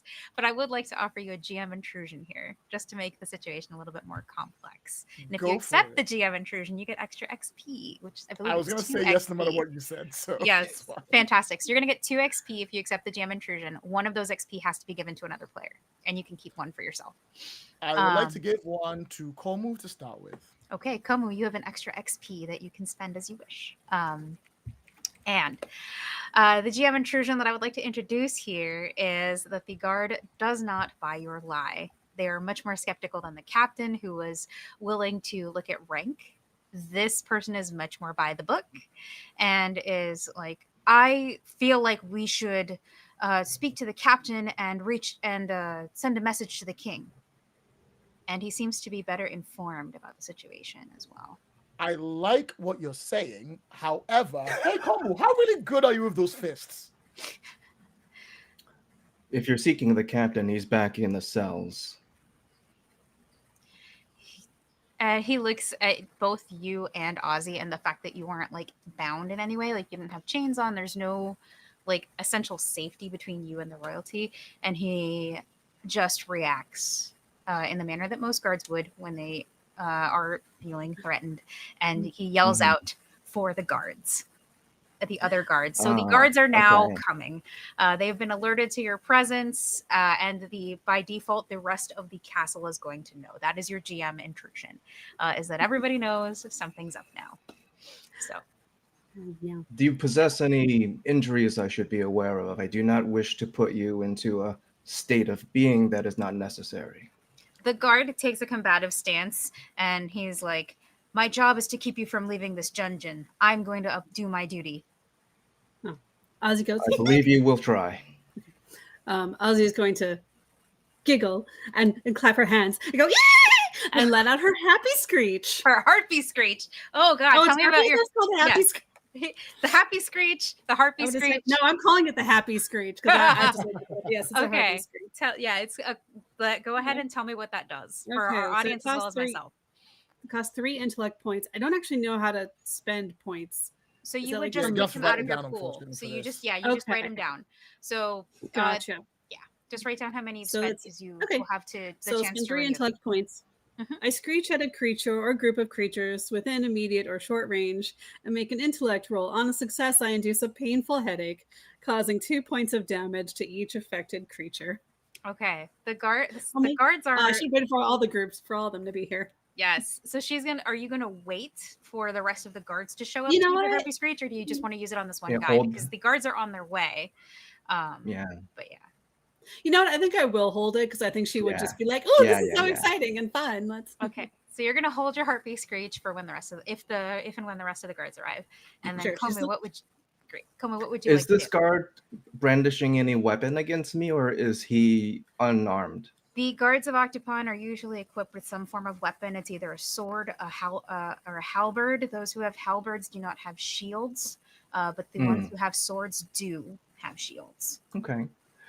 What is the one that's closest to me? What kind of weapon are they using? The one that is speaking to you is holding a halberd. Yeah, a halberd. Okay. Mhm. I would like to spend 3 speed. I have a move advantage to disadvantage. With the number of quick moves, I make an attack against an armed foe. I inflict my damage, but I also disarm them so that the weapon is either in my hands or 10 feet away. Okay, great. So let's go ahead and roll about that. The guards are not All right. difficult. If you haven't played Cypher before, all of the I don't have to roll at all as a DM. The fact that I'm using a timer die is totally homebrew because I don't have to work with dice. But basically, the enemies are set at a specific level, and every time you do damage, it takes away from that level. So, you're going to roll an attack roll, and Yes. if that number beats a 12, then you are going to have hit them for some damage. Cool. I am trained in unarmed attacks, and I have edge in my might. So I believe I ease that by a step You can ease that automatically with 3 edge. Yeah. And well, the training will ease. If I am correct, I think edge is the discount. So basically, for clarity, because I'm looking at my notes again. I want to clarify edge and effort right now. So your edge reduces how many points you spend from your pool. So basically, it's the discount code. So if you need to spend 2 intellect points and you have an edge of 1, you'd only be spending 1 point. Your effort requires a spend of 3 points from your stat pool for the appropriate action, and that will ease your task by 1 step. So if you're spending 3 points from that stat pool, then that will count as an effort, I believe. Yes. Got it. Awesome. So Does that edge make sense? doesn't ease things. It just makes you spend less. It just makes you spend. Yeah, it's the discount. Yeah. Right. Yep. I'm in a They both start with E, and my brain said these are the same picture. I know this system. Yay! Actually, I have edge just first. thought my brain is potatoes. But yes, sorry. Go repeat what you said, Joe. So I have 3 edge in might, so that's like a free effort, right? Because I'm spending 3 to. Yes, I'll allow it. So that would ease that 1, and then I'm also trained. So is that 2 easements? Trained, I believe, eases by another one. Yes, trained or specialized. No, specialized eases it by 2. So trained eases it by 1. So that means we started at a 12. That drops it to a 9, and then dropping it again to a 6. So you have to roll a 6 or better. Okay, that feels pretty good. Let's see. Sorry, that is a 10. Yay, that's awesome. I'm so glad. Sorry, I forgot. My bad. I forgot that we are podcasting, but for everyone who knows, I was excited because we got a raid in our Twitch chat. So Hello, Raiders. Hello, Raiders. But anyway, moving right along, because we are podcast form, so the people listening on podcast are like, cool, we can't see it. Sad face. Anyway, so what did you roll? I rolled a 10. Okay, great. So you rolled a 10. That is well above a 6. The guard attempts to fight you, and there is I can think of name any Bruce Lee film because Bruce Lee is just an incredible martial artist, and you just disarm this man like it was nothing. And Ari, you see this, and you are reminded that these are deadly people for a reason. If it matters, I deal 6 for my unarmed attacks. That's But perfect. yeah, I mainly just want to disarm the guy. No, that's fine. I actually appreciate. I was going to ask you your damage, and then we are going to talk about what that looks like for you. I want to allow you to flavor it. I just summarized what happened. Yeah. But Yeah. tell me how you do it. Like, what does this look like for everyone? Komu isn't really an aggressive fighter. He's more meditative and responsive. He likes to meet people where they're at. And so when he realizes that the guard is carrying a halberd and about to brandish it and wield it in a deadly way, I think that the movements are so fast that an untrained person would have no idea what just happened. But if we like go into the action cam, we see that like Komu just very suddenly goes into a very fluid state as if he's like made of water. And the movement is so smooth, even though it's so fast. He just angles his body so that he's like right up and like in close, like kissing range to the guard. And then using his own body, he just bounces the other guard's body away from him while holding the halberd and twisting his wrist just ever so slightly, enough to put pressure on a key joint in the guard's elbow. And just in that one fluid motion, I am now holding a halberd that seconds ago was firmly in the grasp of the guard. Fantastic. And the guard has been bounced back. Fantastic. So what I will say, I love the key analogy because you did exactly what you did with the key, but in a martial artist way, which I thought was cool. But anyway, so you do that and the guard hits the wall and he will take those 6 points of damage, which will that actually reduces him to half his health. So he did not hit that wall lightly. And he is essentially, he's not unconscious, but he is incapacitated. He's not going to be able to chase after you because that hurt. And it's going to take him a little bit to recover. But the other guards are on their way. You can hear them thundering towards the dungeon. And you can hear alarms being raised throughout the palace of prison break. And also, Ari, you are hearing cries of the princess is in danger, the youngest princess is in danger, which you know is going to make both of your parents flip. So, yeah. So what are you guys doing now? You have gone past the guards. We are at the other guards are on their way to you, and will be here soon. So, what would you like to do here? Before we leave, there's a bit where like I cut into the camera. I'm looking at the guy on the ground, and I look back up at Komu, and I'm like, you know what? Maybe be a little bit more gentle with the people out here. Just saying, like I know. You know what? We'll talk about it later. Let's go. And I'm gonna direct them out of the building and try and head towards the docks. Great. So the three of you are booking it towards the docks. As you can see the Palace of Octopon lighting up like a Christmas tree, and not in this is a beautiful spectacle to see in the evening kind of way. This is an, oh God, there is a crisis happening kind of way. So as you run towards the docks, past people who are going about their business. I would like to ask, are there flashback mechanics in this game? There can be. We can always now when we talk about flashback mechanics, are we talking about a mechanical benefit that you receive for a flashback?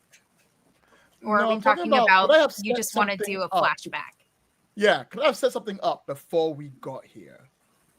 Okay. We can absolutely do a flashback to set that up if you'd like. I would like to say that the idea of the crew getting ready to go on a big adventure was today. And it was like, get people together, make it go. There were fireworks prepared to go off to say goodbye to the two of them as they sail into the Blue Yonder and do all of that. I'd like to flashback to changing the paperwork for that to go off now. Not then, because I can't lie, but I can change paperwork. Here's what I would like to modify that to. because I do like this concept. I think that the fireworks were part of the feast that was going to happen. It was basically like, we're going to have this one last nice thing before you guys go off on your quest, and we don't have you at home for the foreseeable future because nobody knows how long this quest is going to take. And the fireworks were scheduled to go off just as it turns. Like, then I'll allow you to adjust that paperwork to change the time of when the fireworks go off. But what reason would you have had for changing it in that moment? The reason I have it is that it was celebrating that there was going to be a new, what's called, the heir has just been called in, and they're skipping everything between, and the paperwork was supposed to change it from it's a feast to say goodbye for it's a feast to announce the heir of what's called Octopon. Huh. Okay. Because by changing that, it makes sense for it to be like, hey, new paperwork. Oh, this is incredible news. We can change it for tonight. I think that that's fine for the purposes of this, because it's going to get straightened out eventually, especially because your siblings are going to be pissed about this. So as you begin to run out and you hear the palace going into this crisis mode, we are going to set a new timer. Good thing I have dice on my desk at any given point in time. And this is going to count down when the fireworks start going off. So where's him on the dice? All right. I'm going to set this die to a 3. So when that timer hits 1, the fireworks will start going off. And you guys are trying to get to the docks. You are. Yes, that's what I was going to say. You have no equipment. Both Ozzy and Komu have nothing right now. I have some books. You'll be fine. I mean, that'll save off the time, but if you want me to be useful, I need my tool belt. That's a good point. Yeah. Can we make a detour to grab tools? Are you asking your group? I hope that's in character, because I like. Yeah, I'm like, I'm running. I'm like, I still go. That's a good point. What do you need? So you got my tool belt with all my little gadgets and my gizmos and my dark gun. I don't know if I can come up with exactly gadgets, but can we build it on the way? You got these Maybe keys, right? I'm gonna try to snatch the keys from the princess. Yeah, I mean, Sure, it's got to open up the equipment cabinet somewhere. Come on, it'll just take a moment. Okay, I'll follow along. Yep. Wait, I don't know where I'm going. Where are we going? Do you want cabinets? You are not Well, inside the there's nothing to dungeons. arrest me You with? guys have exited the dungeons. So in order to, you have to go back into them to get. I'm not gonna go back to the dungeon. We're going back in. Well, yeah, I want my stuff. I wish you told me this earlier, but all right. And I also wish I told you this earlier. I just didn't quite catch where we were. the difficulty of entering the dungeons has just been upped as you see it now crawling with guards, Oh no. frantically searching for the escaped prisoners and the princess that they have been told that apparently the narrative is that you've been kidnapped by them. Do you require these tools to board a ship? Well, not to physically get on. Anyone can get physically on a ship, but if you want me to be useful, just Couldn't say. we buy some? Because right now all I have is Perhaps we can acquire what you need in Jondatown. There's no shortage of people there. I say people with like a very dirty feel in my mouth. Are you saying Jondatown as a suggestion of the nearest port, or are you saying Jondatown because you don't know that you're not Jondatown? Komu does not know that. No, yet. I know it because it's a den of scum and villainy. Right. So you're going at it as this is the closest port. Okay. Yeah. I just wanted to double check that. Yeah. No, I don't know. I don't know what the quest is yet. Okay, great. So, well, princess, did you bring your money? Actually, I don't tend to carry money. I'm a prince. You know what? Yes. this is gonna be the best quest. The best quest. Why would I need money? I'm a princess. Yeah. Oh, you're taller than I remember. Oh, Oh, thank you. Anyway, maybe we should go back to the. Look, we either need money or we need our gear. We can get money because the Aurora will have money on it for my brother, Okay. and we'll buy you some Speaking- tools. Okay. speaking of brothers and You sisters, hear that, Wayne? We're gonna get to Ari, I would like you to make a roll for me. Oh no. uh, Just a this, D20? yeah, this is going to be a D20 roll, and the number you want to hit is a 15. I got a 6. It's not a 1. No. And I don't roll 1. I just don't succeed. It's just, yep, and the voice, like as you're having this conversation, there is a very snide voice behind you, familiar to you, Ari, and you both Ozzy and Komu, you'll recognize her, your elder sister, Jenna. Kidnapped, huh? Oh no. Hi, Jenna. How's it going? Ari, what are you trying to do here? Father won't let me go on the quest. I'm getting a crew. I'm gonna go on a boat, and we're gonna go stop Darkwater. With criminals? Do you see any? Have you, as that father and mother, managed with normal sailors? No. These are some of the best people alive. Incredibly competent. Very good at what they do. Definitely not crazy. Jenna looks at Ozzy specifically and that is like, means this is not not crazy? Are you sure? This is Dwayne. He says hi. Not helping, Ozzy. I mean, to be honest, I have a better chance of finding it than 8 of you two. Jenna reaches for the sword at her belt and unsheathes it and says, not if you never make it out to sea, Ari. Have you just threatened a member of the royal family, Your Highness? I am a member of the royal family. I think they're allowed to do that. That makes it treason. Whoa, okay, hold up, both of you. Like, Hold up. I like where you're going. I'm sure we can settle this without drawing swords. Sister, why don't we make a bet? a bet? Yes. I'm going to steal my brother's ship and slow him down so you can get first dibs at wherever it is you want to go. That will give you a lead, right?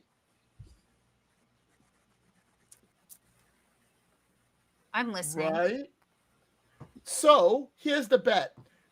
Give me 1 day just to steal the boat and get away. And if I don't find any clue to any of the treasures of rule within that 1 day, I will come right back here to you. I will give you everything. I will put everyone back in jail, and I will not leave my room for the rest of the year. You're a terrible liar. I know, and I'm not lying. And I look her direct in the face, and I'm not lying. I am absolutely telling the truth because I'm that confident. And I think, Jenna is gonna take a long look at you, and she's like, and she considers your offer. Like she genuinely considers it, and then realizes that, the Aurora is the fastest ship on the docks. I don't think it's good for you. Race you. And then she runs away. She is going after the Aurora. so you have your sister going for the Aurora. You have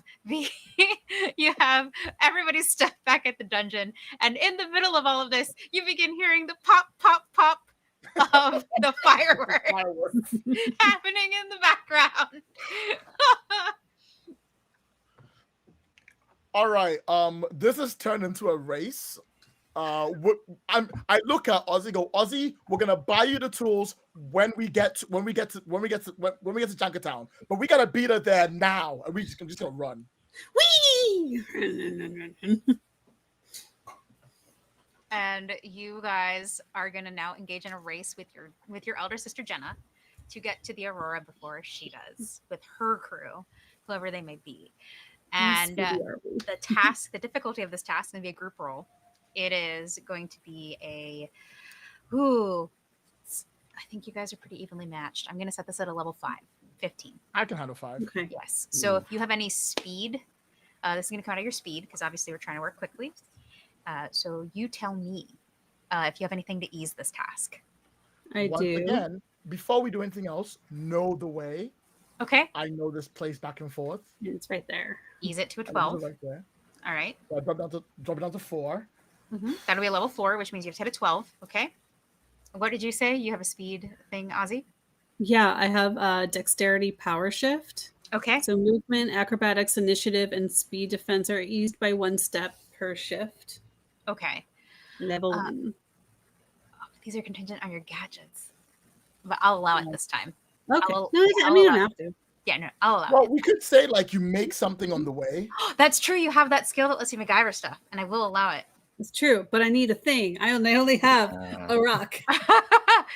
It's fine. We can just run. By the time I'm like making something, we could just. Are be you running. willing to sacrifice Dwayne? My beloved Dwayne. I mean, No, absolutely not. okay My then. friend, So I was the gonna one say- child I took with me from the dungeon.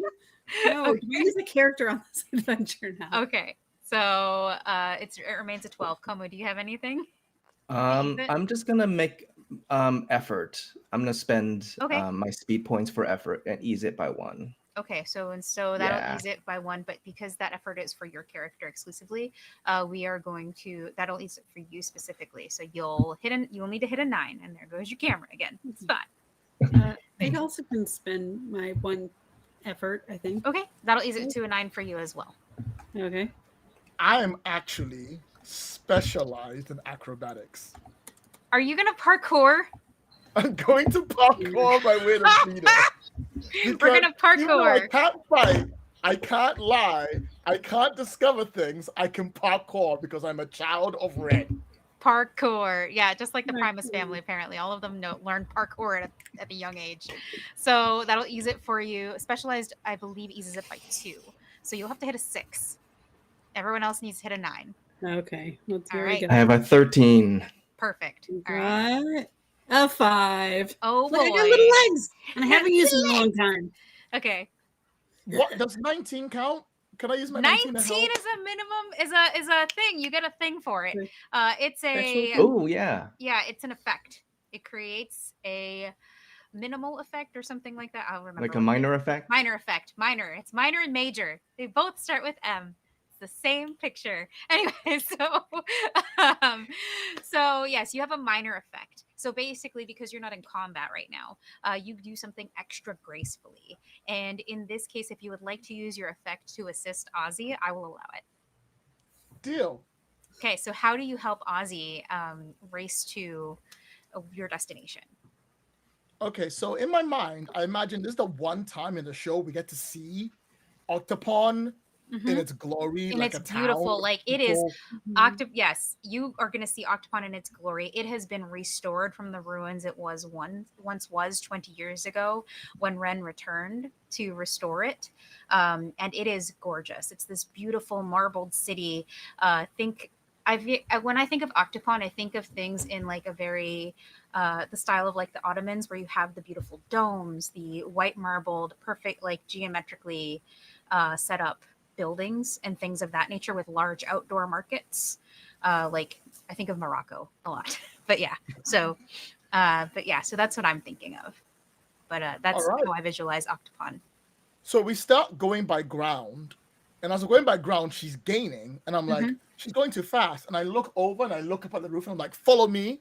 And then I run up some crates, and I bounce on one of those like tent things and do like a sick backflip and grab a top bit. And I'm like, come this way. And I'm just like directing them to follow me, and everyone's coming along. And I'm like taking the lead. I'm pointing out ways to go, and I'm like at the top, and I'm like directing them. And there's a bit where Ozzy may have to do like a big jump, because the two of us like everyone jumps as a big like slow motion jump over, and there's like a tumble afterwards. But when Ozzy makes the jump, they'll miss. Okay. And then I also like reach my hand out and catch them at the very end. I feel like Como should just throw me at this point. Throw you at this point also works. Yes. So Ozzy, you're making this jump. You're about to fall into the guards below, and at the last moment, Ari grabs your hand and holds on to you and pulls you up over the edge. You can see the docks just ahead of you, and there is, fortunately, I'm actually going to set a timer for her too. I'm going to set it at 2. She's a little bit behind you because were able to move more quickly than her. She is, that difficulty was a 15 and you guys all nailed it. So she's a little behind you. No sign of your sister. All right. Are there any crew on there? Well, you see a bunch of ships in port. Some of these are regular trade vessels that are just here to trade with Octopon. They're neighboring islands. They're from other places. Some of these are diplomatic vessels. People have come from places further out from Octopon, most likely to discuss the dark water situation in their homes, in their homelands. There are, and then beyond that, you can see your family's naval ships. Some of which are huge, some of which you can see look more intimidating because when Bloth was defeated, the Maelstrom was actually taken apart. Oh, wow. And the pieces of the ship were used to build larger and better armored warships for Octopon. Things that were a little more resistant to dark water. And those ships are huge. Like, they're enormous, they're big, they're scary looking. And then you have the smaller transport ships. And you have your diplomatic vessels, which are like on the very end. And those are the ones that belong to the royal family exclusively. Those are the ones that you show up in as part of a procession, or like, we're visiting this place for diplomatic reasons. We need to look pretty. That's what it's for. And among those, do you know what the Aurora looks like? Are you familiar with the Aurora? So you get to figure out which one it is. Snap. You know, you really, I love how this rich kid is like, I'm going to go on an adventure. No money, no idea what they're looking for. He's got some legend books. We're doing great. I mean, that's pretty much how Ren starts. An adventure if I knew all of this stuff on episode 1. You gotta learn it as you go along. Yeah. I'm surprised you haven't been kidnapped already. It's 5 minutes into the show. Come on. I look over, I look at the ships, and I turn to the two and I go, this is as far as I thought. Somewhere out there is the fastest ship that's ever been seen, built in the history of Mer, and we need to steal it before my sister does. I don't know which one it is. Please tell me you can help. Okay, hang on. Let me take a look. Oh, if only I had some of my glasses. I'm gonna squint and like do this and examine the ships that are out there to kind of see like which one might be this super fast ship. Because you were a member of Bloth's crew, there is a ship you recognize in this, but it is not the Aurora. Oh. It is a ship called the Wraith. Ooh. Once belonged to a pirate named Jote, and then became the vessel for Ren, Tula, and their friend Ayaz when they searched for the treasures of dark water. Oh, that's a boat I recognize. That's the Wraith. That's fine. That's one your papa used to ride on. Yeah, I've boarded it a few times. Mm-hmm. Yeah. Uh-huh. Well, that's not the Aurora. That's not the one you were looking for. All right. But it's still a boat. You want that one? We could steal that one instead. I'm like, oh, I really wanted the Aurora to slow my brother down. Okay, but we can't recognize it. And the Wraith is right there. I think we're gonna steal the Wraith. I'm really sorry. I'm fine with. I wouldn't have put the Wraith there if it wasn't logical for it to be there. But I will say this: next to the Wraith is a ship that looks very similar. It's about the same size, and it seems to be of a similar build. And because you are familiar with the stories of the Wraith, do you have something that you like? Would you like to roll about this to see what you remember about it? I have a book which is the sailing book, Eo's Tales of Being a Good Seaman. Can I pull it up and compare it to the ships? You can absolutely do that. To see now, the book is going to tell you what kind of ships these are. They're transport ships for the most part. They're built to be fast on the water and maneuverable. So to easily outrun and escape larger ships. So that is what you're able to glean from the book. But as far as like stories about the Wraith and your father's adventures on them, that's what I'm asking. If you would like, if you have something you can roll about it. I do have, if I can find it. I have sea lore. Sea lore, I'll allow. So this is going to you don't have to roll about it, but tell me what sea lore does. If it does require you to roll, that might be different. But yeah. Yeah, sea lore is my knowledge of essentially adventures and crazy stuff that's gone on at sea around the land of Mer. All of the sea-based adventures, all the famous ships like the Wraith or the Maelstrom or all of that is what would tie into sea lore. And also the creatures that you'd meet while you're there. Okay. So, you remember that the Wraith has a mind of its own. And that is why it's not easily stolen. Because the Wraith itself won't answer to anyone but your father and your mother. In which case, we're going to have to steal the Aurora. We'll steal a ship next to it. Whatever it is, doesn't matter. It's really fast. We'll do. It is, in fact, the Aurora. Oh, thank goodness. Yeah. Yeah. But yeah. Otherwise, I was going to say, like, my sailing knowledge would be like, oh, that boat is also probably very fast if it's built just like the Wraith. That's good enough. Let's go. So, we'll do the thing where, like, there's a rope connected thing, and it will hang out to the top, and it will slide down. Okay. To get down from the roof to the docks.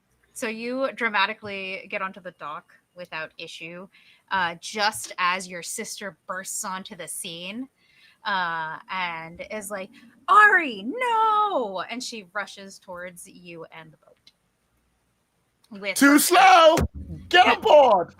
And you guys are on board the vessel, and are you gonna sail away? Feel like bye? Yep. And you start on board. Great. And give a little to the other sister. Batten down the hatches or do whatever it is you need to do with the sails. Let's go. Hey, give me a minute. It's been many years. And I wasn't like the pilot or the captain or anything, just okay, that sail does that. Just the anchor. We tied to the dock, right? Anchors. All that. Como, what are you Como, are you doing anything to assist the ship? Yeah, I'm doing what I loosely know as a deckhand, just like getting ready to put away to sea. Okay. So I'm like unmooring and readying the sails and things like that. As you're off, because you have to get off the ship to unmoor to untie it from the dock. Yep. One of the crewmen catches up to you and tries to attack you. So I'm going to need you to roll a defense roll. For this, to try to essentially they're trying to punch you and knock you out, like knock you back into the ocean so you can't unmoor the boat and like they have a chance to take the boat from Ari. But yeah, so you're gonna roll a defense roll. Okay. Difficulty on this is not these were not meant for you to be super difficult to defeat. It's gonna be a 12. We're gonna start there. Okay. I have one free ease because of is it a might defense? Yes, or speed it will defense? Be a might defense. Might defense. Okay, so I have one ease on that. Okay, so it'll be a 9 that you need to hit. Okay. 13. Hey, you. It's my lucky number today. Describe to me how you avoid the attack, because this guy rushes up and tries to, just front. Yeah, I'd like to do a little flavor where it's, I'm unmooring, I'm untying the rope, and as a punch comes in, I just very nonchalantly like shift my shoulder, and as the punch grazes, I just loop that arm into the rope and tie it to the mast, like to the post. So to the post? Yeah. So he's tied as I'm unmooring. Yeah. Fantastic. So you tie this person to the post and he starts screaming as more crew and it's not meant to be like debilitating. It's just like getting his punch away and like giving him an obstacle. Yeah, exactly. So he's screaming, but he's not screaming because he's in pain. It's actually angry. Right. Like he's trying to. Yeah. He's pissed that you thwarted his effort to keep the boat. So like the boat is now unmoored, and then you hear the whistle of something going through the air. Ozzy, you recognize what this is? It's a larger version of your dart pistol. Of my what? Of your dart pistol. It is a dart rifle. Ugh. One of the crew members has fired one, and I'm going to need you to roll a defense roll as well. Okay. Uh, what do I do? Is this like a speed thing to dodge? So if you're going to try to dodge, it will speed. Okay. And again, it is a level 4, so you're going to have to hit a 12 or better if you don't have something to eat. Okay. Well, not now. I don't. I'm We really wouldn't go back at sorry. my I didn't equipment. realize how important it was. I get Remember how, shot before. I love how Ozzy thought they were going to be the chaos character in this game. Yeah. And I was like, have you met Ari? Yeah, she's a kid. It's fine. Yeah, I don't think I really have anything else. So Okay, let's see if you can hit a guess I'll 12 or just better. keep rolling. Okay, let's see how the dice go. And I got a 12. Woo! Beats it. So you Yay. are trying to get the ship going. Your Ari's doing something in the background, and you happen to tell me how you avoid this arrow or this dart hitting you, because a dart rifle just fires a very long harpoon like arrow from it. So Oh, it's just sheer luck. Like she just kind of happens to like bend down at the right moment. Just, and you hear ka-tunk as Yeah. as the dart buries itself in the mast. that might be useful later. It's a special tool that'll help us later. Well, let's toss it aside for now. Your cartoony luck. Great. All right. So you're able to avoid it. And Ari, you can see your sister, her face contorted in rage, as the Aurora begins to pull away from the dock. And like she yells at you. She is like, "Don't worry, I'm still gonna find the other treasures of Rule. You don't have a chance." I'll look over at her and I'll say, "Don't worry. If you had a chance, I wouldn't be doing this." She's so mad. You can see how angry she is. She's like red in the face, angry. You haven't seen your brother in all of this. So, but your sister is angry as you sail away from the docks, and you begin the place that you know and love, the Jewel of Myrrh, Octopon, as it begins to grow smaller on the horizon as you pull away. Do you know where you're going? There's a moment where I look over at, like, I'm excited, like, yeah, whoa, we did it. And I sort of dawning on me that I've never left home before. And I'm sort of slowly starting to realize it. And I'm starting to think about how incredibly risky this would be and how terrible it is. And there's a bit where a bit of fear in my chest. And I'm about to turn around and be like, maybe we should go back. But then the book will fall out of my father's adventures. And I'll look down at it. And I'll look back at Myrrh. And I'll look down at it. Then I'll pick it up, stow it, get my copy of the map out, hold the compass in my hand, and look over and go, "Crew, welcome to the Aurora. Let's set sail to Jankertown." Jankertown. Okay, great. And as you say that, there is a squawk from the crow's nest, and a familiar face to you also lands on the dock. And they say, "Jankertown? I wasn't expecting to take a trip this early in the morning." And you look into the face of your Uncle Niddler.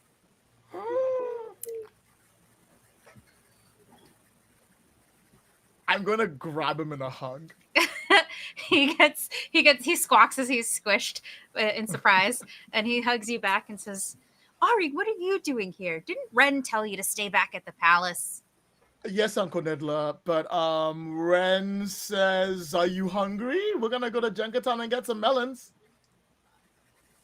Melons? Yeah. Oh, that'll go great with the fish I got. And he holds out the fish that you were trying to get earlier in the day. Oh. And he was like, "I was just looking for a place to eat it." I almost take it from him, and I realize you should never take food from Niddler. Yes. I put my hand back, And I go, that's fantastic. Why don't you rest on up in a crow's nest and we'll let you know when we get there. And he looks at you and says, I have extra if you want some. Oh, I'd really like some. And so my new crew. Oh, I also got these. It seemed like you might need them. And he flies back up to the crow's nest, puts the fish away, and you can, like, his hands are still a little greasy, so these from the fish, so the items are going to be slightly greasy. And he's like, yeah, I thought these were cool. And I grabbed them when the guards weren't looking. And he, like, brings down a tool belt. And I'm like, this is useless. Who wants this? Like, throw it away. I don't know. Tosses it aside. Thank you for the start.